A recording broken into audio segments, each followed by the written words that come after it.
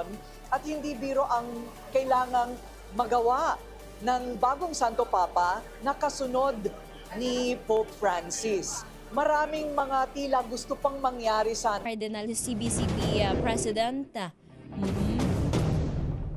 Yan doon. Andun nga rin po silang, bali tatlo po iyon. Sina Cardinal Tagle, si Cardinal Advincula.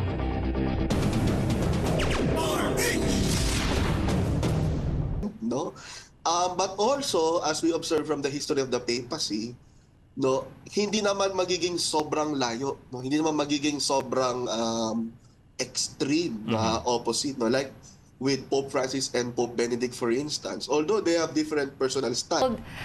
That's when parang a lot of people said na they got a glimpse already of how Pope Francis would be, and that is one na napaka-simple daw, napaka-inclusive nga. Mula dito sa Pilipinas, mula sa Amerika, mula sa Europa, at talagang dahil itong sitwasyon na to ay nataon sa special jubilee year na may temang Pilgrims of Hope, kaya naman St. Peter's Square, pati dito sa Vatican City. Tia?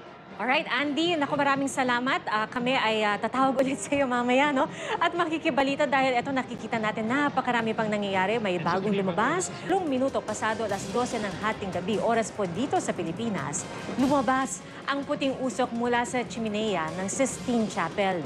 Yan po ang naging indikasyon na may bago na tayong Santo Papa. Pa rin natin ang paglabas at ang pag-anunsyo kung sino nga ba itong bagong leader ng Simbahang Katolika. Pero ayon naman sa mga usap-usapan, isang matinding misyon din ang doon sa kabuuan ng kanyang papacy na kung titingnan natin, very malapit siya sa mga mahihirap. Inuna niya yung